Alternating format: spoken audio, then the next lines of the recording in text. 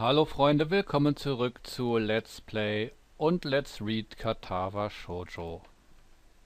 Ja, beim letzten Mal haben wir das Track-Meeting von Emi und ihre Läufe gesehen. War sehr beeindruckend. Danach hatten wir noch einen kleinen Besuch bei unserem lieben Doc, der eine ganze Menge weiß und auch eine ganze Menge durchschaut, sag ich mal. Ich persönlich finde ihn relativ gut, auch noch in späteren Szenen, sage ich mal. Also der hat's drauf, meiner Ansicht nach. Also ja, jetzt sind wir draußen auch gleich auf Emi getroffen und wollen mal schauen, ob sie jetzt hier gelauscht hat oder was auch immer hier abgeht. Oops, sorry about that. Are you okay? What did the nurse say? Do you need to go to a hospital? Gosh, it was my fault, wasn't it? I've been pushing you too hard, haven't I? Och, die Arme. I'm a horrible person. Och, jetzt mach dich doch nicht runter, Mädel. The words pour forth like a torrent. She's really agitated. I didn't expect her to be this concerned about me, to be honest. Gotta calm her down, but how the hell do I do that? I do the only thing I can think of. I give her a hug. Emi tenses up slightly, so I pat her head in what I hope is a reassuring manner.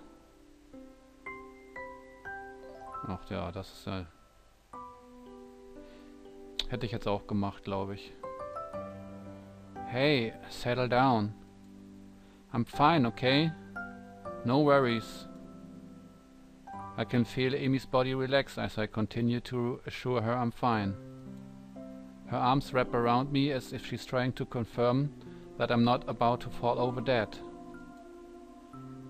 I catch a whiff of her hair. It smells like sweat, or how adrenaline should smell. It's a scent of activity. And a hint of strawberries from her shampoo, I suspect. I just need to remember to take my medicine, that's all. Don't worry about it, it's not your fault. You're sure? Her voice is muffled, mostly because at the moment her face is pressed into my chest. Yeah, I'm sure. I just need to take it a little easy for the next few days. It suddenly occurs to me how close the two of us are. It also occurs to me how nice being this close feels. I can feel Emi's heartbeat calming down, and I have to resist the urge to rest my chin on the top of her head. Thank goodness. You really had me worried there, Hisao. Emi, you're going to come in here anytime soon?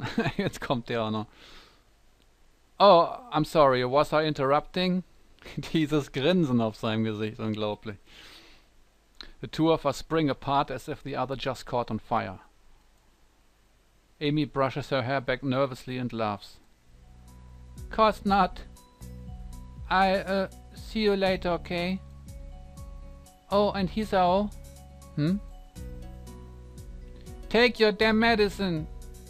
This last phrase is punctuated by a punch to the shoulder. Yeah, remember. See you later. The nurse smiles again, like he's on some joke I don't know about, and waves to me as I head for my room, feeling a burning in my cheeks. I need a shower. A cold one, if the thoughts running through my head now are any indication. She was really soft. My pills are waiting for me when I make it to my room. I swallow them without a second thought. I don't know why I didn't think of waiting until after the runs to take them. For some reason I figured it was when I woke up or not at all. Ups, das muss ich jetzt nochmal selber lesen. I don't know why I didn't think of waiting until all. Okay, ja, lassen wir das. But no, they only need to be taken every 24 hours. The exact time of day doesn't factor into it. Okay, das ist ja dann nicht so schlimm. My thoughts drift back to the hug in the hallway. It's weird, you'd expect someone to smell foul after a run, but for some reason Amy smelled right. That tinge of sweat just seemed to fit her. I really need that shower. Ja, das gleich war auch.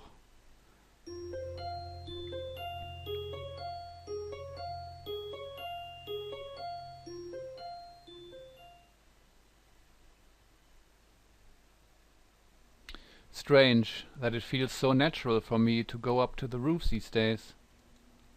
I never would have done such a thing at my old school. In those days I liked to eat alone. No, that's not quite true. Though I like to sit alone, I also like to watch people. I always figured that was the sort of person I was, but it appears I was wrong. Then again, I also thought I was the sort of person who had a normal heart, so there you have it. I don't know myself at all, that well. Now I'm on the roof so that I can have lunch with a couple of people. And they are both girls, which is even stranger. Oddly enough, I feel closer to Amy and Rin than I felt to anyone at my old school. Somehow I get the feeling that at least visit me if I wound up in the hospital. Ach so, they'd at least visit me. Alles klar. I focus on the view from the roof, banishing such thoughts from my head. There's a light breeze blowing and the sun is shining high in the sky. The sky itself is a deep blue with hardly a cloud in it. It's gotten pleasantly warm, and as I sit down to wait for my friends, I close my eyes and enjoy the feeling of the sun seeping into my skin. Jetzt pennt er garantiert wieder ein. Voices intrude upon the edge of hearing. Seems to have fallen asleep on us, Rin. Maybe he's faking to lull us into a false sense of security. Why would he do that? No idea. Still, you make a good point. We should kick him or something to make sure he's really asleep. What? Amy looms over me like only a short girl can, peering at me intently. Oh, you're awake. I guess we don't have to kick you then. Was it part of your master plan? What are you talking about? Amy shrugs, her twin tails bouncing with emotion. I'm not sure either. You must be pretty tired to fall asleep out here. Although it's pretty comfortable, I suppose. She plops down next to me and begins to eat. Rin sits opposite from the two of us, a move which only makes me more aware of the girl sitting next to me. If I didn't know any better, I'd swear Rin did it on purpose. I concentrate on my food, trying to tune out the majority of the conversation that Rin and Amy are having. Despite my best efforts, however, I still find myself glancing over at Amy whenever she speaks. I notice how she purses her lips when she's thinking about something, squinting slightly as if that would improve her thinking ability. Rin says something that makes Amy laugh, and I notice, perhaps for the first time, how she laughs with her whole body, rocking back and forth, head thrown back, almost like she's about to fall over. Ja, das ist, wenn niemand aus ganzem Herzen lachen kann. Ne? I probably look like a creep. It's about this time that I realize Amy's looking at me, her voice raised slightly, so she's probably just asked me a question. Sorry, I kinda zoned out for a moment there. Amy rolls her eyes, while a slight quirk of the eyebrow is the only sign that Rin is even paying attention. I said, did you get a career survey in your class too? You know, one of those what do you want to do after high school things. I don't think so. Maybe we'll get one tomorrow. What are you going to put down? That's really a good question.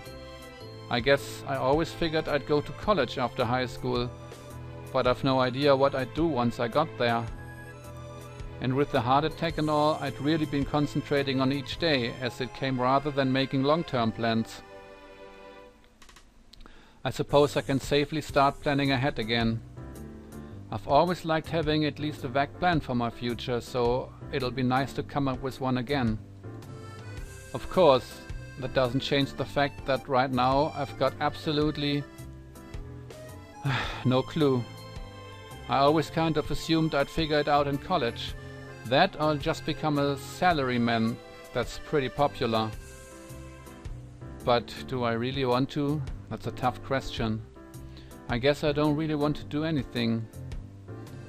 You don't sound very excited about that one, do you?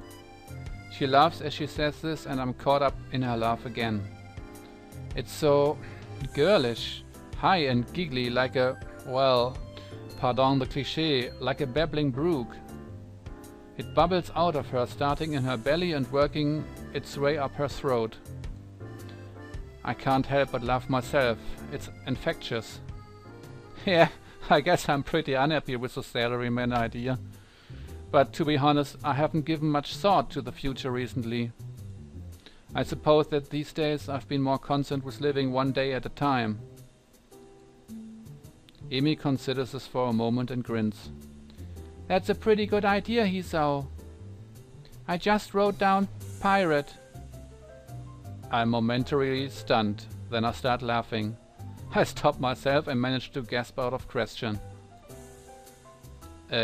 Out a question, okay.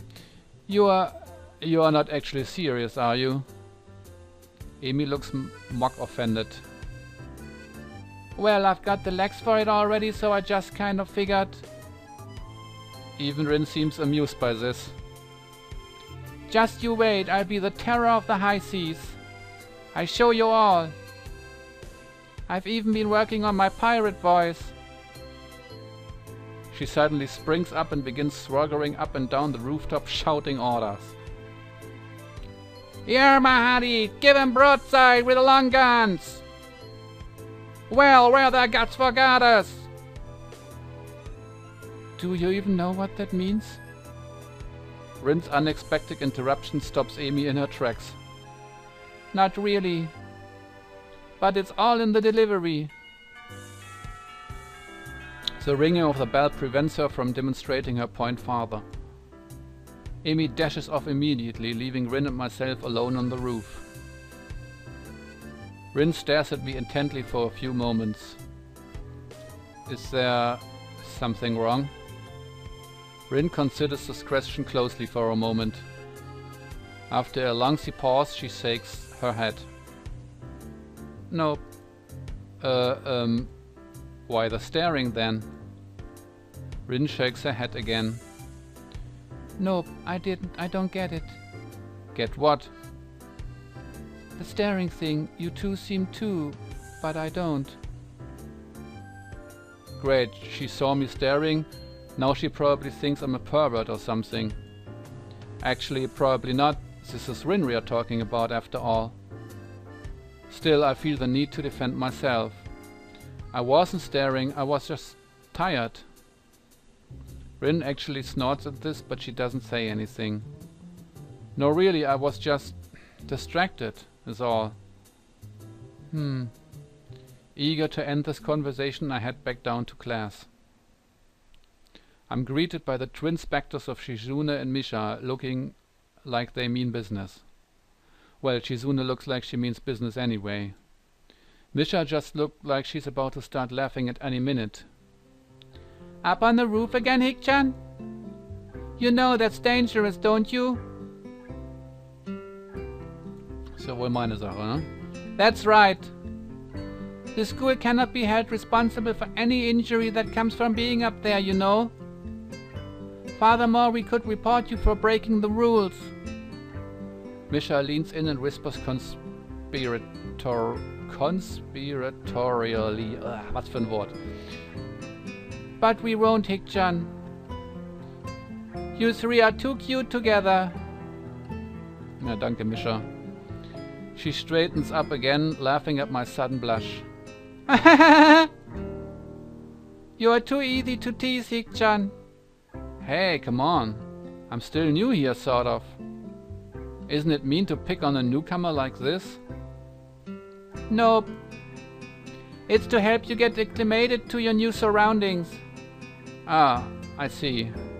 Well, do you have to be so overzealous about it? Yep. Ah, that aside, Hick-chan. We are looking for you this morning, but you weren't in your room. Of course I wasn't. I was out from a morning exercise or here in class, bright and early. Unlike you. Shizune looks peeved, and a bit later so does Misha. Or she tries to, at any rate. That was because of student council business. You should be grateful that we worked so hard for you. Oh, I am. So what did you need me for? Not another attempt to rope me in to do their dirty work, I hope. We had to give you something, but since you weren't around, we dropped it off in your room. Something? Like what? Oh, you'll find out when you get back, Hick-chan. Muto entering the room ends our conversation and we all head to our seats. It's only after I've settled down at my desk and the teacher started talking about something or other that something odd strikes me. What did Rin mean, you two seem to? Was Amy staring at something too? For a brief moment I considered the possibility that Amy was staring at me the way I was staring at her. Of course that's ridiculous. Denk das mal nicht, mein Freund. Still, I can't deny that I wouldn't mind if it were true. But it's best not to think of that. No need to get my hopes up. Come to think of it, when did I start having hopes like that anyway? No, jetzt macht sich mal langsam Gedanken, ne? I shake my head in any attempt to clear it and focus on the lesson. After class I make my way to my room. Muto really piled on the homework today. Before I can open my door, however, I'm suddenly intercepted by Kenji, who has just exploded out of his own room in a flurry of papers. Hey, we need to talk. These rooftop shenanigans of yours, man. They've gotta stop. What? You're running around on the rooftop with the limbless wonders. They're a woman, man. You get yourself killed running around like that. I don't follow. Kenji sighs and adjusts his glasses before what could be understood as an attempt at explaining himself patiently. Look, we are friends, so I'm telling you this is for your own good. But if I were going to kill someone, I'd do it by throwing them off the roof and making it look like an accident. Ja, das haben wir schon mitgekriegt, mein Freund. And if I've thought of it, you can be sure they've thought of it too. They are crafty, almost as crafty as I am. I see. Good. I'm glad we had this chat. Loan me 500 yen. I'm sorry. I need to get a drink, man. I've been inside all day and the tap water's been compromised, as I'm sure you know. So I need to stock up on something, Kent, got it? But to do that I need 500 yen. And since I've just saved your life with my timely advice, you can at least spare me 500 yen. Den kannst du vergessen, mein Freund. You know, if it'll make him go away, 500 yen is a bargain. Naja, okay, so kann man es natürlich auch sehen. I hand the money over to Kenji, who nods and thanks and dashes off down the hallway, but not before he locks his door. What an exhausting person. I'd better go in case he changes his mind. As I close the door, my heel taps against something lying on the floor. It's a brightly colored rectangle of paper. Ah, this must be the something Misha mentioned before. Or probably a student council leaflet she slid under the door. However, when I pick it up, I find that I couldn't have been more wrong. Someone actually wrote me an old-fashioned handwritten paper letter. Who bothers doing something like that in this day and age anyway? Yet, as unlikely as the prospect of receiving one sounds, this is definitely a letter I have in my hands. I was planning on finishing my homework, getting some dinner, and going to bed in order to be ready for tomorrow's morning run. However, the letter has naturally caught my interest. I sit at my desk to examine it properly. It's the first piece of mail I've received here at Yamako, so I'd feel special even if it wasn't something as rare as a handwritten letter. Na, wer könnte ihm wohl diesen Brief geschrieben haben? What causes me even more trepidation is the name of the sender, written neatly on the back of the envelope. Iwanako. Tja, wer weiß noch, wer das war? Ich weiß es schon. I have no idea why she would write to me. I haven't been in contact with anyone from my old school since I transferred, and Iwanako is the last person I'd expect to want to write me a letter.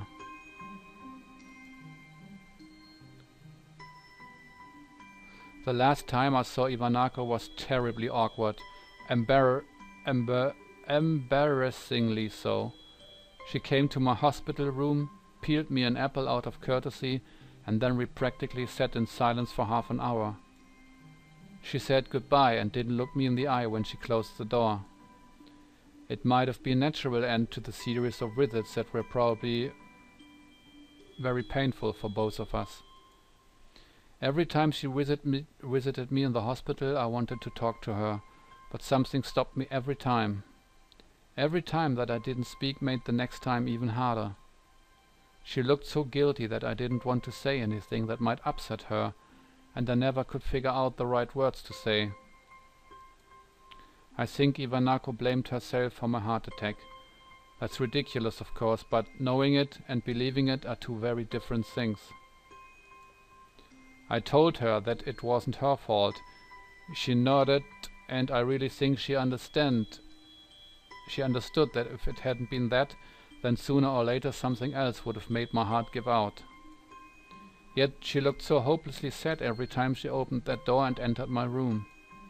So I never managed to say the things I wanted to say. In the end, that might have hurt her even more. Carefully, I open the envelope and draw out the folded letter from within.